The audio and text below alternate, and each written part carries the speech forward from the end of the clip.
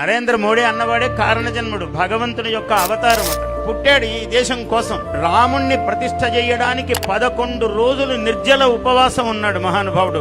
అతనికి 70 ఏళ్ల వయస్సులో ఉన్నాడు. ఎవడైనా ఉండగలడా? 70 ఏళ్ల వయస్సులో 11 రోజులు ఉపవాసం ఉండి 11 దివ్య క్షేత్రములు తిరిగి ఆ తమిళనాడులో 21 బావులలో స్నానం చేశాడు. చల్లనీళ్లు. ప్రైమ్ మినిస్టర్ అయిన వాడు చేస్తాడండి, కార్పొరేటర్ చేయడు. హీటర్ వేసుకొని స్నానం చేస్తాడు గీజర్ లో.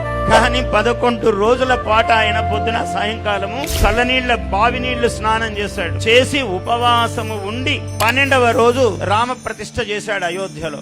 ఏం పుణ్యం అండి! ఈ దేశం ఎంత పుణ్యం చేసుకున్నది అట్లాంటి వాళ్ళని కలిగి ఉండడానికి.